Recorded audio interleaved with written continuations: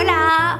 Bienvenue dans cette vidéo qui va traiter du Flowers Book Challenge. Oui, je sais, encore. On est au mois de juillet et elle est en boucle encore sur son challenge, mais quand va-t-elle s'arrêter? Pour être franche, ça va être la dernière vidéo sur le Flowers Book Challenge, tout du moins pour cette année, puisque j'ai l'immense joie de vous annoncer que le Flowers Book Challenge sera de retour pour l'année 2023. Je voulais aussi vous remercier pour tous les retours que j'ai eu par rapport au challenge. Vous avez été très nombreux et nombreuses à participer et ça me fait vraiment très chaud au cœur. Ça a été vraiment un moment hyper convivial, hyper sympathique. J'ai adoré voir vos stories, j'ai adoré réagir à vos stories, j'ai adoré parler lecture avec vous de manière générale, que ce soit sur Instagram, sur le Discord ou même un petit peu sur Facebook, bien que j'étais moins présente que partout ailleurs, mais merci vous d'avoir animé le Discord, le groupe Facebook, d'avoir animé vos stories Instagram, c'était super, d'avoir fait des posts, des réels, des TikTok, des vidéos, enfin bref, vous avez vraiment combler mon petit cœur de joie, donc merci beaucoup d'avoir été si nombreux à participer et à prendre autant de plaisir. Pour beaucoup d'entre vous, c'était la première fois que vous participiez à un challenge de manière générale, donc j'espère que ça vous a plu et que les thèmes vous ont inspiré et que vous l'avez réussi. Et puis si vous ne l'avez pas réussi, il n'y a aucun problème, je suis la première à avoir fail à mon propre challenge, donc voilà, c'est pas très grave. Le but du challenge, c'était avant tout de prendre beaucoup de plaisir, de faire à la limite quelques petites rencontres, on sait jamais, hein, ça peut être hyper sympa de partager sur un thème commun, et puis surtout de lire et de s'éclater, voilà, tout simplement. Il n'y avait pas beaucoup plus de thématiques que ça, c'était vraiment surtout prendre du plaisir et surtout aborder la lecture sous différents angles avec des thématiques ou des couleurs. Je voudrais surtout remercier les modératrices du Discord qui se sont portées volontaires et qui ont vraiment porté le Discord sur leurs petites épaules, à savoir Marine, Océane et Dorian.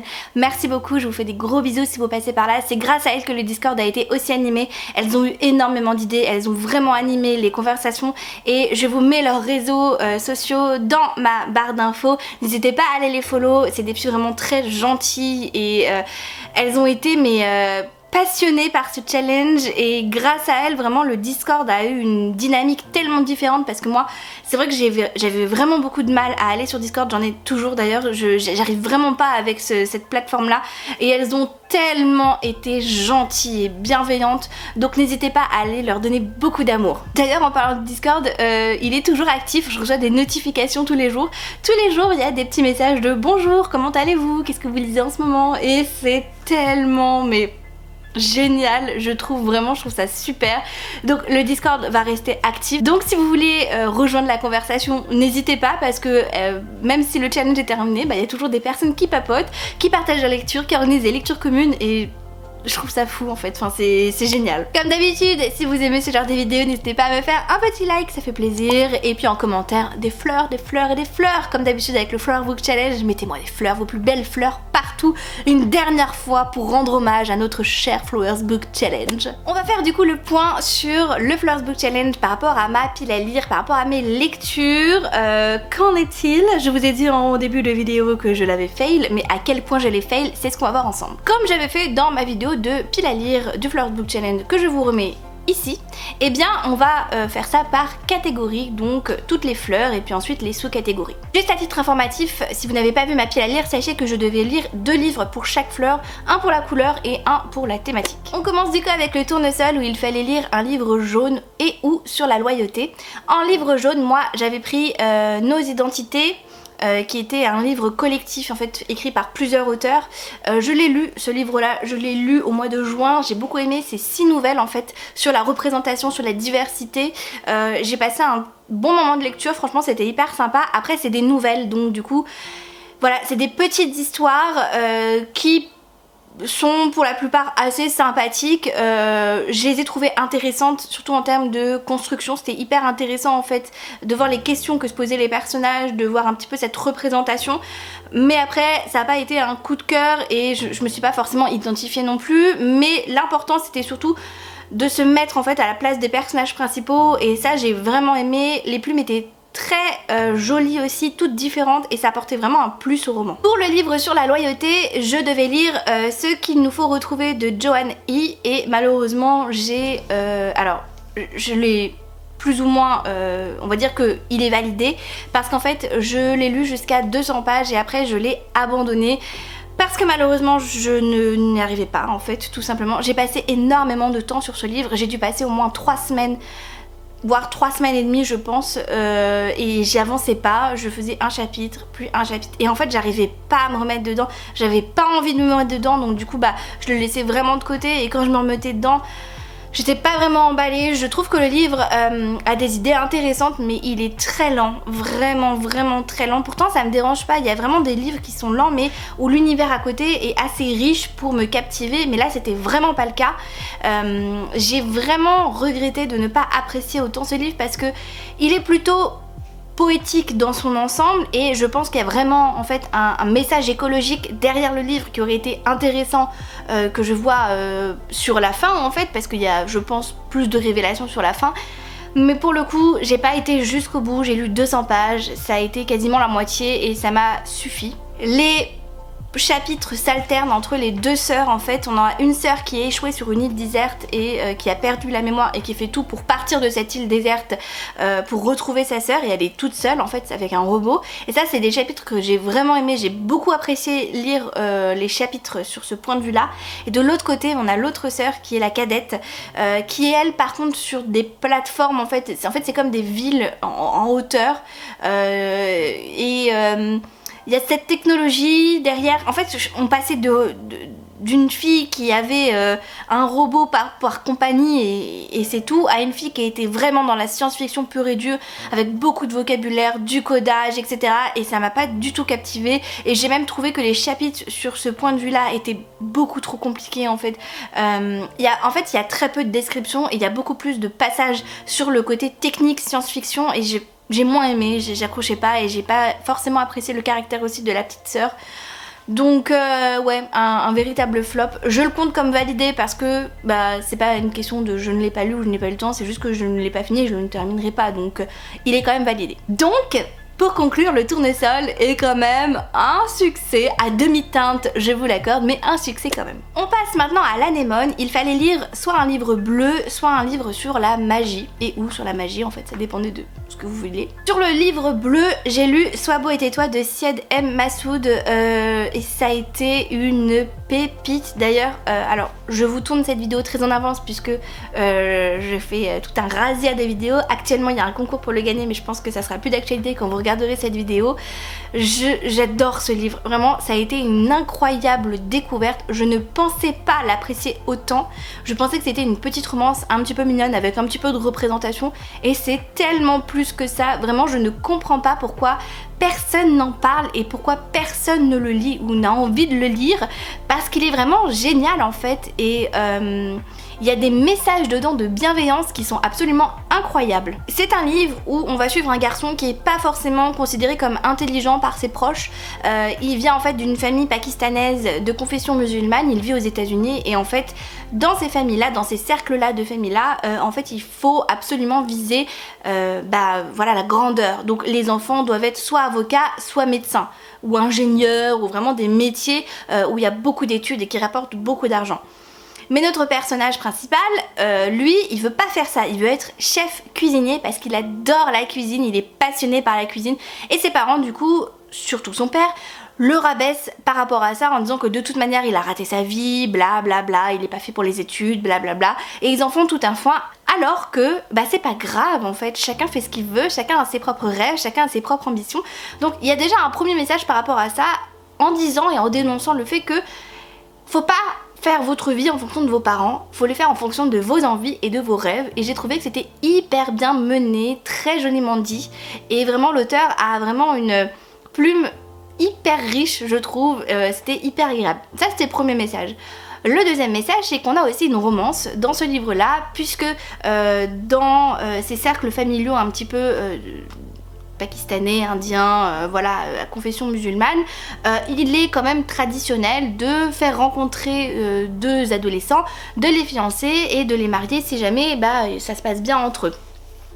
Et du coup Daniel, qui est notre personnage principal, il va rencontrer une jeune et jolie jeune fille qui s'appelle Bisma, et elle est l'inverse de Daniel, c'est-à-dire qu'elle est très portée par les études, elle est passionnée en fait par les sciences, et en fait pour leur cercle environnant, c'est vraiment une perle en fait. Cette fille, elle est très ambitieuse, elle est intelligente, elle est jolie, donc personne ne comprend pourquoi tout le monde veut la caser avec Daniel qui vraiment n'a rien pour lui. Et en fait Bisma va se confier à Daniel en disant que elle a ce qu'il considère une bévue, voilà, dans son CV de la femme parfaite, et du coup par rapport à ça personne ne veut l'épouser, mais Daniel lui il s'en fout complètement. Il dit écoute, j'ai pas forcément envie de t'épouser parce que je suis jeune et que j'ai mes propres rêves en fait, et parce qu'il a une affection pour une autre fille, mais on peut être amis si tu veux, il y a aucun problème. Et puis bah ils vont devenir amis, il va jamais la juger sur quoi que ce soit, il va être hyper progressiste, hyper assez féministe finalement, et j'ai beaucoup aimé ça. En fait l'auteur a fait en sorte que Bisma n'ait pas de culpabilité, n'ait pas voilà, de honte par rapport à ce qui a pu lui arriver et ce qui peut arriver à beaucoup de filles à notre époque, parce qu'en fait voilà, chacun vit sa vie comme il le faut. Et en fait il y a beaucoup, je trouve, ce parallèle entre voilà, les traditions que ce soit musulmanes ou les traditions familiales ou les traditions d'un pays et la réalité de comment est notre société aujourd'hui. Et il y a ce parallèle qui est fait entre les deux et j'ai trouvé que ça concordait vachement bien en fait, et c'était super bien fait. On va aussi avoir un gros côté identité, un côté représentation aussi de la diversité, à savoir que Daniel va faire un exposé en fait sur Churchill et il va apprendre quand même pas mal de choses sur Churchill, et du coup il va dénoncer ces faits durant son exposé, quitte à s'attirer les foudres de tous ses professeurs qui adorent Churchill. Voilà, on est aux États-Unis, donc bon voilà. Et j'ai trouvé ça très courageux, ça dénonce beaucoup de choses et c'est très intéressant aussi. Moi il y a plein de choses que je ne savais pas. Et vraiment c'était super. Et bien évidemment au-delà de tout ça on a une petite romance mignonne. Je pensais qu'elle prendrait toute la place dans le roman et pas du tout, et en fait ça marche très très bien. Et vraiment lisez ce livre si vous avez envie de changement, d'une plume où vous arrivez à être construit, déconstruit, mais de manière tellement bienveillante en fait. C'est surtout ça qui m'a le plus alarmée. J'ai relevé mais tellement de citations, vraiment tellement c'était beau, c'était bien écrit, c'était super quoi. C'est un univers doudou au possible, j'ai tout aimé dans ce livre, vraiment j'ai tout aimé. Et un livre sur la magie, et eh bien j'ai lu Covenant, le tome 2 de Jennifer L. Armentrout qui était prévu au programme, et eh bien je l'ai lu et je l'ai adoré. Depuis j'ai lu le tome 3 donc voilà, mais j'ai passé un excellent moment de lecture. Voilà, on suit toujours Alex qui est notre héroïne, c'est hyper badass.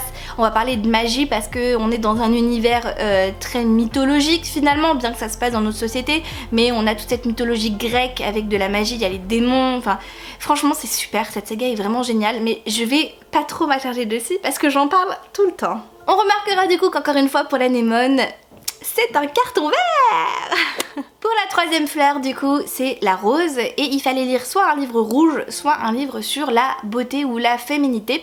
En premier livre de couleur rouge plus ou moins, j'avais prévu de lire Daisy Jones and the Six de Taylor Jenkins Reid. Et bien je l'ai lu en 24 heures top chrono et c'était vraiment génial. J'ai passé un super moment de lecture.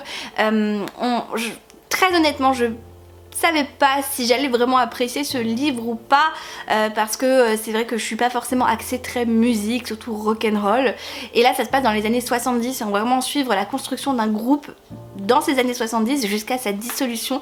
C'était super intéressant, c'était trop bien fait, et en fait c'est écrit sous forme d'interview. Donc du coup on a l'impression de suivre un documentaire. Moi j'avais l'impression d'être posée devant Netflix en train de regarder un documentaire sur ce groupe, et c'est pour ça que c'était hyper fluide. Il n'y a pas du tout de description, c'est vraiment les personnages qui parlent et qui revivent en fait leurs souvenirs, et j'ai trouvé ça tellement génial. Donc on va avoir les personnages du groupe, mais aussi les personnages aussi qui ont fait satellite autour de ce groupe, et j'ai trouvé ça vraiment hyper intéressant.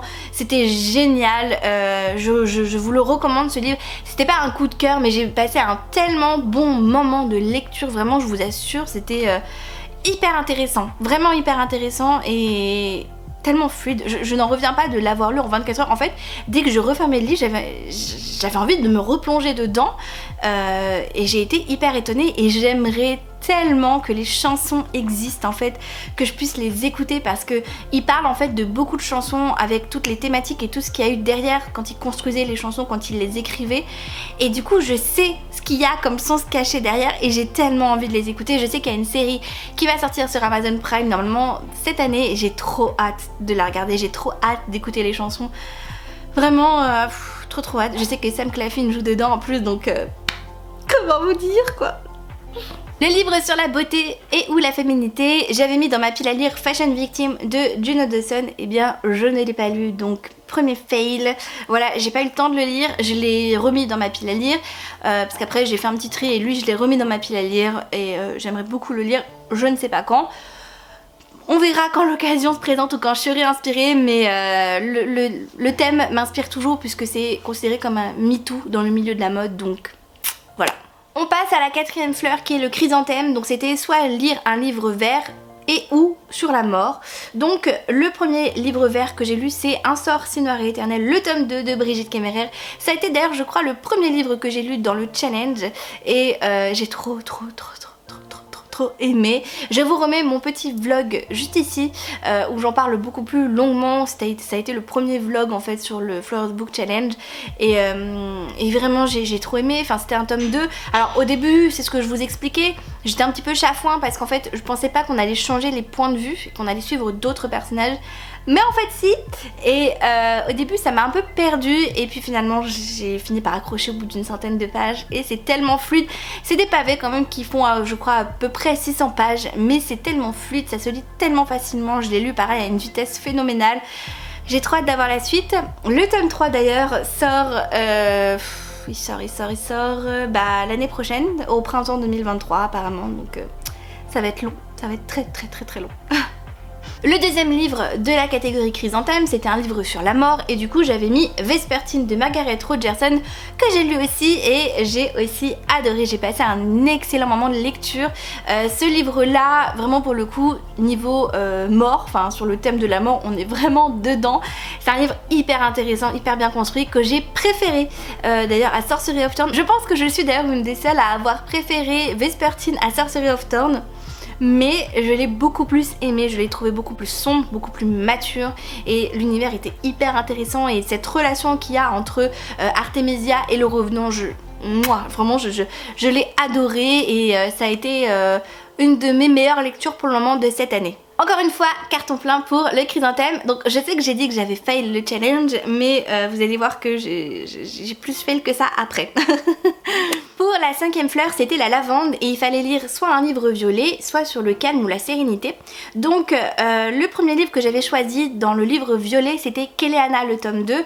Je ne l'ai pas lu durant les 2 mois du Flowers Book Challenge, mais c'est actuellement ma lecture en cours, donc je peux pas dire que j'ai validé, mais au moins il va être quand même lu. Tardivement certes puisqu'on est quand même le 10 juillet, mais il va être lu au mois de juillet, voilà, avec un petit peu de retard, mais il sera lu. Donc c'est ma lecture en cours, je l'ai commencé hier, donc j'ai lu que 4 chapitres, hein, donc on se calme.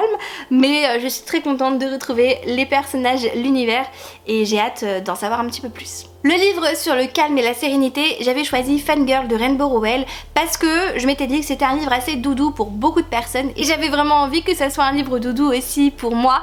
Sauf que je l'ai lu et j'ai détesté, voilà. Je vais me faire taper 1000 fois par rapport à ça, par rapport à ce que je vais dire. Mais je ne l'ai pas aimé, voilà. J'ai trouvé que ce livre était très loin d'être doudou, du moins pour ma propre définition, n'est-ce pas? Pour moi c'est un univers un petit peu confortable, où tout se passe bien, où il n'y a pas vraiment de méchants et où il n'y a que de l'amour et de la bienveillance. Et bien non, pour Kat, qui est notre héroïne, c'est horrible, voilà, tout ce qui se passe. Moi, elle m'a fait beaucoup de peine en fait. Elle a une relation avec sa sœur jumelle que j'ai trouvée horrible. Elle est hyper méchante, sa sœur jumelle, qui s'appelle Vren, et enfin horrible. J'ai trouvé la romance pas du tout convaincante. De base elle avait un premier crush, mais son premier crush lui fout à l'envers, en sachant qu'elle était en couple du début du roman, mais son copain l'appelle pour rompre avec elle parce qu'il a trouvé une autre meuf. Premier machin. Deuxièmement, elle a un crush mais il lui fout à l'envers et il fait quelque chose de pas très sympa. Et enfin, troisièmement, son dernier crush, et ben c'est pas un mec qui vend du rêve, je trouve, voilà. C'est mon avis personnel, hein. Voilà, je suis pas forcément fan de ce garçon-là. Et en plus de ça, voilà, elle a pas vraiment d'amis, elle a sa coloc, mais au début, sa coloc et elle, ça se passe pas très bien. Et puis finalement elles deviennent amies, mais franchement c'était hyper chaotique pour moi. On alternait beaucoup aussi avec la fanfiction qu'elle écrivait. Bon, clairement c'est Harry Potter, mais dans l'univers de Rainbow Rowell qui s'appelle Simon Lewis, ou Simon je sais pas quoi. Et c'est une MM, ça aurait pu me plaire. Sauf que je trouve qu'elle donnait beaucoup trop d'importance à ça. Et moi dans ma tête je voyais Harry Potter et Drago Malfoy. Et du coup ça l'a pas fait, parce que du coup je suis team Dramion dans Harry Potter, donc voilà. Non, franchement il y avait plein de choses qui m'ont pas vraiment emballée, malheureusement. Je l'ai terminé, mais avec tellement de difficultés que vraiment les derniers chapitres, je vais pas vous mentir, je les ai lus en diagonale, c'était juste pour savoir ce qui allait se passer. Mais pour moi c'est trop et j'ai pas du tout accroché à l'écriture, ce qui est dommage. Voilà. On passe à la 6ème fleur qui est la pivoine. Donc il fallait lire soit un livre rose, soit un livre sur la timidité et les sentiments. En livre rose, du coup, j'ai lu Falling Again de Morgane Moncomble. Carton plein pour ce livre-là qui est absolument génial. J'ai passé un tellement bon moment de lecture. Je l'ai lu en lecture commune avec Alex et vraiment, moi je l'ai adoré. Je pense que je l'ai plus aimé qu'elle parce que, en fait, notre héroïne, elle a une passion pour faire les webtoons et enfin bref, j'ai adoré, c'est trop bien. C'est un espèce de, pas vraiment enemies to lovers, mais un petit peu, un tout petit peu, parce que c'est pas vraiment ça. Franchement c'était trop bien, j'ai adoré le personnage d'Aaron. Bref, Fleur était super drôle, il y a eu des situations hyper cocasses, moi j'ai explosé de rire à tellement de moments. En fait j'avais vraiment l'impression de lire un webtoon et j'adore les webtoons, donc du coup... Je sais pas, pour moi c'était vraiment un livre hyper feel good en fait qui m'a fait du bien. Même s'il y a certaines thématiques qui sont assez dark, surtout sur la fin où je m'y attendais pas du tout. Mais pour autant, 95% du livre c'est hyper feel good et il y a ce 5% à la fin qui apparaît en mode wow, et t'es hyper choquée et t'es en mode mais c'est horrible en fait. Bref, non franchement j'ai trop aimé ce livre, j'ai vraiment aimé ce livre et pour moi pour le moment c'est mon préféré de Morgane Moncomble. Et le livre sur la timidité et les sentiments, j'ai lu Sur le fil de Estelle Mascam que je devais lire, hein, je l'avais dans ma pile à lire. C'était le dernier Estelle Mascam où je n'étais pas à jour. Bon, entre temps j'ai été à jour 5 minutes puisque le tome 2 de Someone Like You est sorti, donc maintenant je suis plus à jour. Mais j'ai lu Sur le fil d'Estelle Mascam, je savais que c'était un livre qui était moins apprécié que ses autres livres et je suis d'accord, moi j'ai pas vraiment aimé le livre. En fait je trouve que c'est pas très bien construit au niveau de la romance, c'est-à-dire que on a l'impression d'avoir raté en fait un tome entier, c'est-à-dire qu'on a l'impression que c'est un tome 2. Toute leur histoire d'amour, le début de leur histoire d'amour et toute leur histoire aux deux personnages principaux en fait, on a raté tout ça.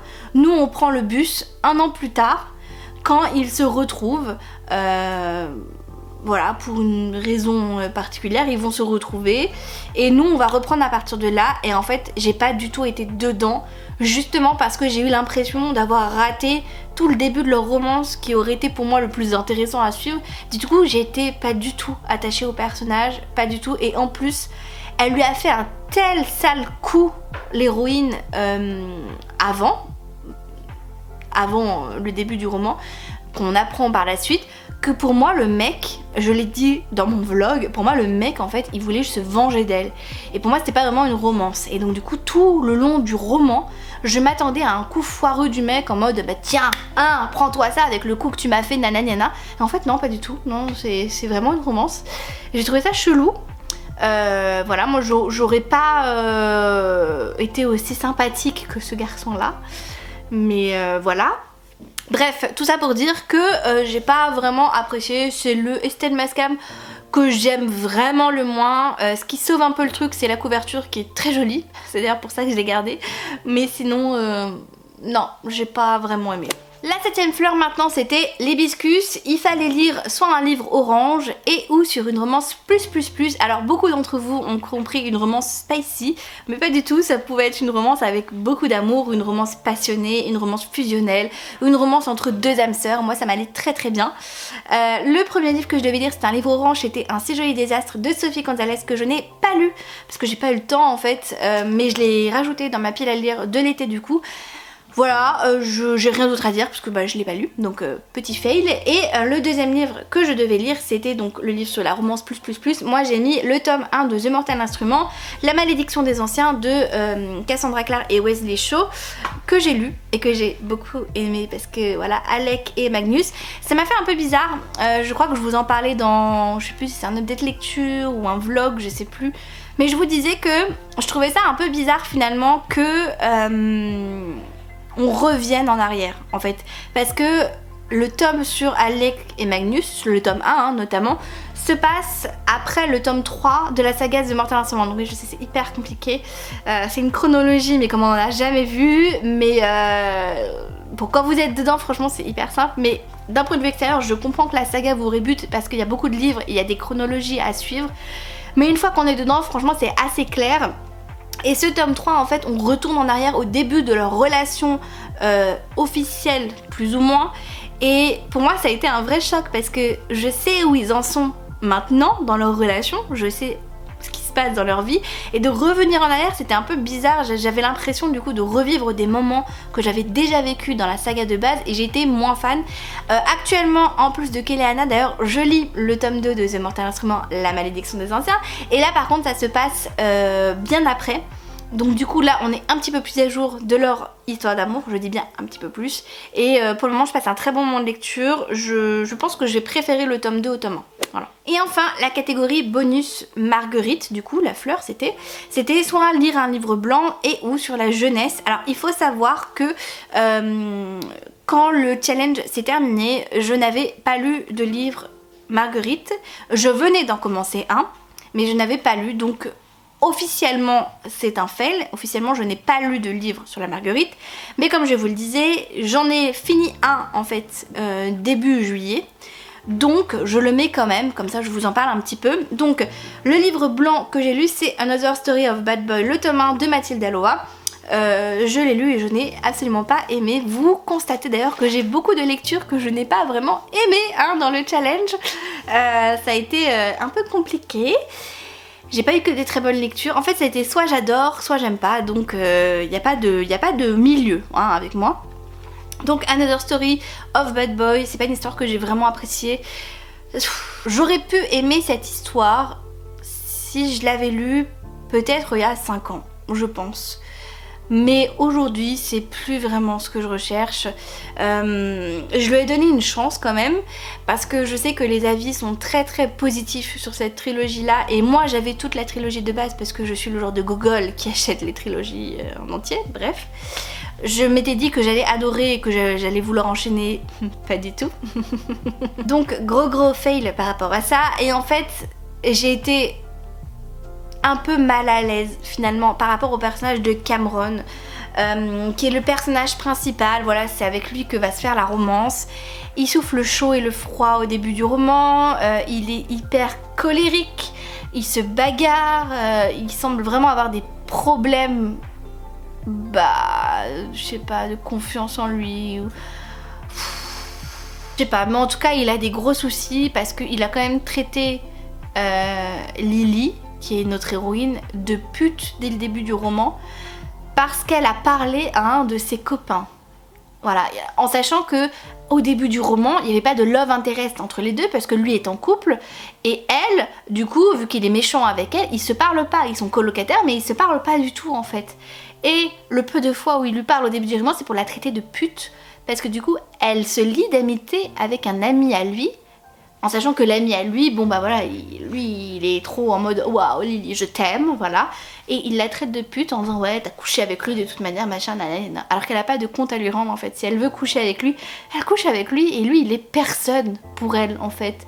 Et elle, ce qui m'a saoulée, c'est qu'elle s'écrasait à chaque fois devant Cameron en disant non ne dis pas une pute, j'ai pas couché avec lui, arrête nanana. Et en fait ça m'a gavée, c'était, elle s'écrasait, elle se justifiait auprès de lui alors que c'était personne en fait. Pourquoi tu te justifies si même t'as pas couché avec lui, si t'avais couché avec lui, et alors il est où le problème en fait, tu vois?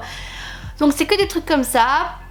Il a une copine mais visiblement il s'intéresse bien à notre Lily, hein, voilà. Il se passe des trucs, enfin franchement, voilà, il y a de la bagarre, il y a de l'alcool, non c'était trop, vraiment c'était trop et j'ai vraiment pas apprécié. Il y a des dramas pour rien, mais c'est des histoires de gamins, mais bref, non je n'ai pas aimé, donc je ne lirai pas la suite, donc voilà. D'ailleurs si vous êtes intéressé pour acheter ces livres là, n'hésitez pas à me contacter par MP puisque j'ai toute la trilogie et j'aimerais m'en débarrasser. Voilà. Et le dernier livre que je devais lire, qui est un livre sur la jeunesse, un livre jeunesse tout simplement, c'est Les Orphelins du Rail de Fabien Clavel, que je n'ai pas encore lu, voilà. Donc, un fail. En vrai, je suis quand même assez contente du challenge. Je dis que je l'ai fail parce que j'ai pas pu lire tous les livres, mais vu que j'en avais 16 à lire, ça me paraissait relativement compliqué en 2 mois. Après, je sais que beaucoup de personnes l'ont fait plusieurs fois d'affilée. Je pense notamment à Carole, à Camille et aussi à mes chères modératrices qui se sont relancées dans le challenge en juin, donc trop forte. Donc beaucoup de personnes ont fait le challenge plusieurs fois sur 2 mois et moi j'ai pas réussi du tout à tenir la route, mais alors pas du tout. Mais bon, j'ai quand même lu 12 livres sur 16, donc voilà, je suis contente. Je vais pas dire que c'est un total fail, c'est un fail mais pas un total fail. Sur ces bonnes paroles, je vous dis rendez-vous en 2023 pour le Flowers Book Challenge number 2. J'ai déjà un peu travaillé dessus, alors que le truc c'est dans 1 an, hein, littéralement, mais j'ai déjà un peu travaillé dessus et j'ai trop hâte de vous proposer mes idées, en sachant qu'il est possible que même si je vous le propose, moi ça risque d'être compliqué parce que je vais passer un concours l'année prochaine dans la fonction publique et ça sera en avril. Voilà, il est possible que moi ça soit un vrai fail, mais on en reparlera d'ici là, sait-on jamais. J'espère que la vidéo vous a plu, encore merci pour l'avoir regardé jusqu'au bout, merci aussi pour l'engouement que vous avez pour le challenge. C'est grâce à vous vraiment que j'ai passé 2 mois vraiment fabuleux et j'ai déjà trop hâte d'être à l'année prochaine et voilà, et je vous fais des très gros bisous et je vous dis à très vite dans une prochaine vidéo. Ciao ciao.